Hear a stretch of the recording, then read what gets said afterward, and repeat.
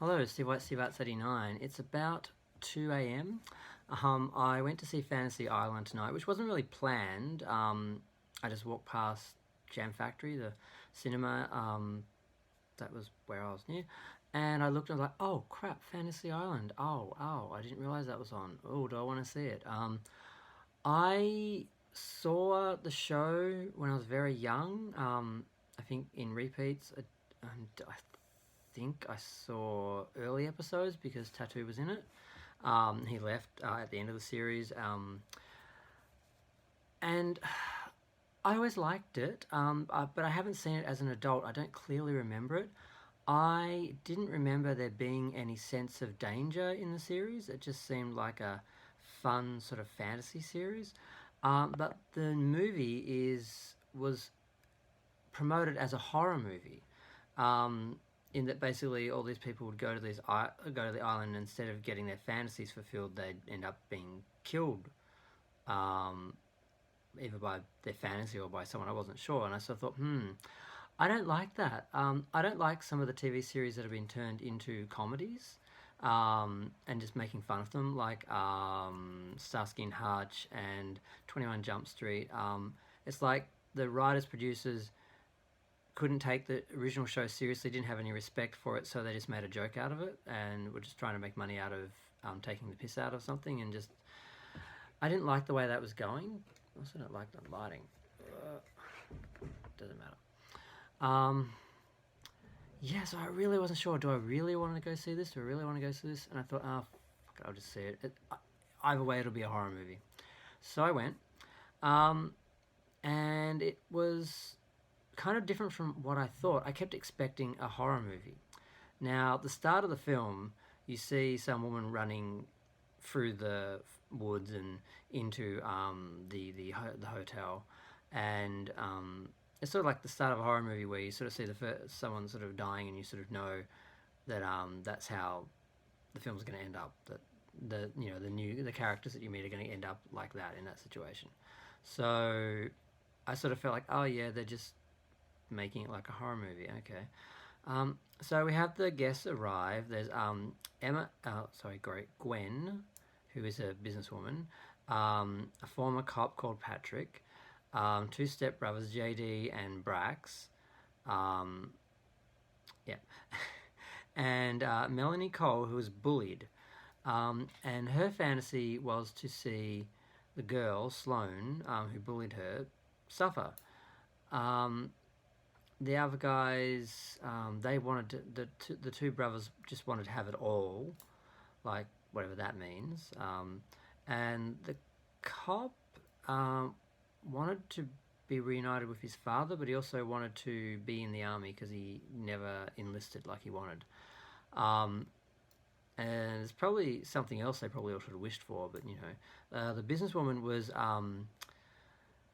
unhappy because she had said no to a guy like 5 years before, and she never had a happy life since then. She didn't feel like she deserved any happiness, and she didn't have a child, which she wanted to have a child, all this sort of stuff.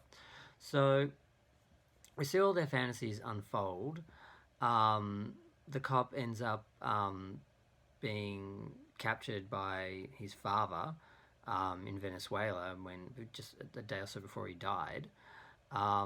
And he tells his father, and then his father decides to change the plan so he doesn't die. And then this freaks him out because his father's no longer the hero who died through. He died because he saved his team, his people. So that was the only part I didn't quite understand. He's like fighting with his dad because he wants his dad to die and be a hero rather than live and be his father. And I didn't really. That part didn't work for me. The rest of the film seemed to make sense to a certain level. Now, we learn at some point, and I should have reread a bit more about this because I was texting someone while I was watching the film. So I missed a very important part of exposition where Mr. Rourke was explaining how he got on the island. He's there because his wife is there, and he has to stay there to keep her alive, and she keeps reliving a short period of her life where just when she gets sick before she dies, and she doesn't recognize him or something, so he just told her that she was his assistant. Um, so that's weird. And I can't remember how he explained how he got there. I thought he said he got there as a child with his mother or something, but I'm guessing he went there with his wife. But that's the part I missed, how he got there. Because I was just on my phone and I looked up and I'm like, oh crap, he was just explaining something important. Damn it, I'm one of those people. So the the brothers, their everything basically is like a mansion full of models. And one of the brothers is gay, so there's a whole bunch of, well, a few guys. Not particularly hot, not particularly gay, although I did like the Speedo one of them was sort of wearing. It was purple and black with black, like, leather, like waistband or black rubber or something. So that kind of looked good, but the rest of them, they weren't gay. They're obviously straight models trying to be gay because they just, and whoever dressed them, not gay. Um, but yeah. Of course, all the fantasies turn bad. Of course, the father and the son, the army guy and the cop, they have this conflict about how his life ends. The brothers, of course, they got everything by killing someone or basically selling drugs or doing dodgy stuff. So, of course, someone wants revenge on them. So they have a bunch of people show up with guns shooting the place up. Um, Melanie actually freaks out when she realizes that's really Sloane being tortured and not like a hologram or something, which now I think about it is really bad story writing because who is she talking to? Oh no, she's performing for her camera. She sets her camera up to tape it because, oh, I want to remember this. And then she's performing for the camera because later we find out that she's actually not just there as a guest because they're all brought on. They won a competition, so that's what they're all told. Not like in the original show where they all pay to come on. And what they all are, and spoilers. This is a spoiler review, obviously. Melanie was dating this guy, but she was too insecure from being bullied to meet up with him, and instead he stayed home and died in a building fire. A building fire which Gwen actually caused accidentally, and the policeman Patrick didn't help with. He stood out the front and didn't go in to try and help her save him. And the brothers left without checking on the guy who died. Um, so, and Sloane she blamed because, she wouldn't have missed the date if she weren't so insecure if she hadn't been bullied. So that was her revenge fantasy, and they're all in it. So we go through a bunch of scenarios with them trying to escape and get off the island, and eventually they work out, and it admits, like kind of the end of Murder, She Wrote, why she's, what her fantasy was and why they're all there. So then they have to try and escape. And Mr. Rourke doesn't want to, he sort of says he can't interfere in the fantasies and he can't give them all the one fantasy. There are rules. There's this giant stone in a cave under the island that turns water black and evil, and the water is used to create people's fantasies. So, and I'm not quite sure why he had to grant hers, or I guess if it's possible for someone to want to use a fantasy to hurt people, then I guess they can. So she was the one who went to them. They were all part of the fantasy, so he had to just let it happen. Now, two of the other characters eventually got to have their own fantasies, and they chose things which helped them escape. So the cop sacrifices himself. One of the brothers gets killed. Melanie gets killed. She gets pulled into a pool by the ghost of the boyfriend, or the guy she was dating or wanted to date. And one of the brothers actually sacrifices himself because he gets a wish. He gets a fantasy, so he sacrifices himself so his brother can live and leave the island. But he has to stay on the island for the fantasy to continue, like indefinitely, which is why Rourke is stuck on the island too. Because to keep his wife in that fantasy or whatever, he has to stay there. Or he has to stay there for some reason. I wasn't 100% clear how he got there or why he's stuck there. But at the end of the film, Brax, who had the very unfortunate, he lost a bet and had the word tattoo tattooed on him, and JD kept calling him T as a reference to the tattoo which he hated, and at the end we see that we hear that it's the name Tattoo and he has the tattoo written on him. So he ends up staying, and the film ends with the cast leaving, and Mr. Rourke and Tattoo standing on the dock, basically, presumably waiting for the next lot of people. So obviously, I guess Melanie paid to have a fantasy. All those people were shipped in to facilitate that fantasy. So I'm not sure how the island is supposed to work normally, or how they're expecting it to work in the future. Whether they will actually try and do sequels, but it really wasn't a horror movie. They may have gone through some nightmarish scenes and some nightmarish scenarios, and not have been their dreams or their fantasies, because it was the revenge fantasy of one other person they were all dragged into. But it was a little bit more thriller, psychological. I mean, sorry, paranormal sort of fantasy. You know, there's at one point there's a double of one of the people, and whenever someone dies, they come back as like a zombie dripping black from their eyes and black water, and when they get shot or whatever or die, they start seeping black water and they come back to life. So no one can die on the island.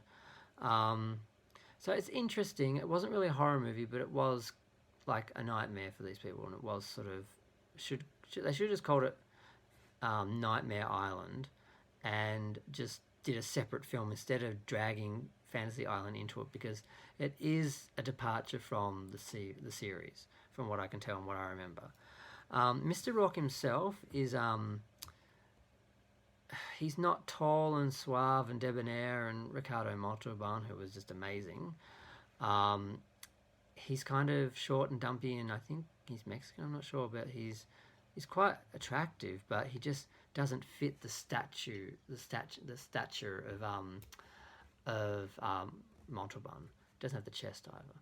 But I'm not sure what race he was actually, but he just was attractive, and he had a calmness about him, um, even though he was putting people through this situation. But I couldn't totally buy him as Mr. Rock, because he didn't have that gravitas that Ricardo had. So, but he did a good job, and the film just showed him to be a victim of the island as well in some way, that he's trapped there, and he sort of has to go along with things. Whereas Mr. Rourke was more like the original Mr. Rourke, the Ricardo Montalban's version. He saw himself as a fallen angel, and that was his purgatory, and he saw himself as sort of supernatural in that way. So I'm not sure how successful it was. Um, the Mr. Rock character worked. Having this new guy sort of supposedly being his assistant, Tattoo, replacing Harvey. Oh my god, I can't pronounce his last name. Oh, you know who I'm talking about. I'm not sure what they're trying to do. If they're trying to launch a series or a movie series or what, but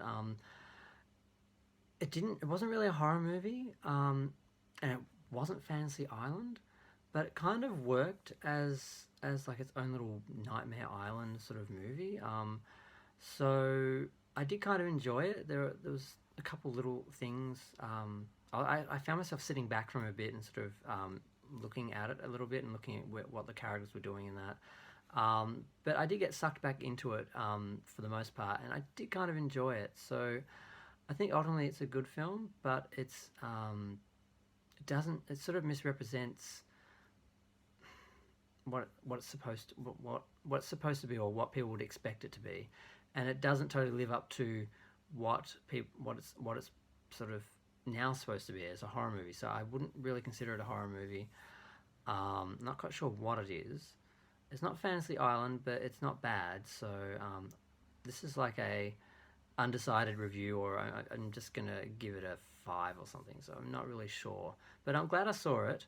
I did enjoy it, but I kind of now want to go back and watch Fantasy Island and see where this idea came from, and to see if the series actually sort of supports this any sort of scenario like this as happening, or are they just using an IP rather than creating a film called Nightmare Island? Are they just using the name Fantasy Island, which would have cost them quite a lot to have, rather than just doing a individual little horror movie called Nightmare Island or something? So I don't know.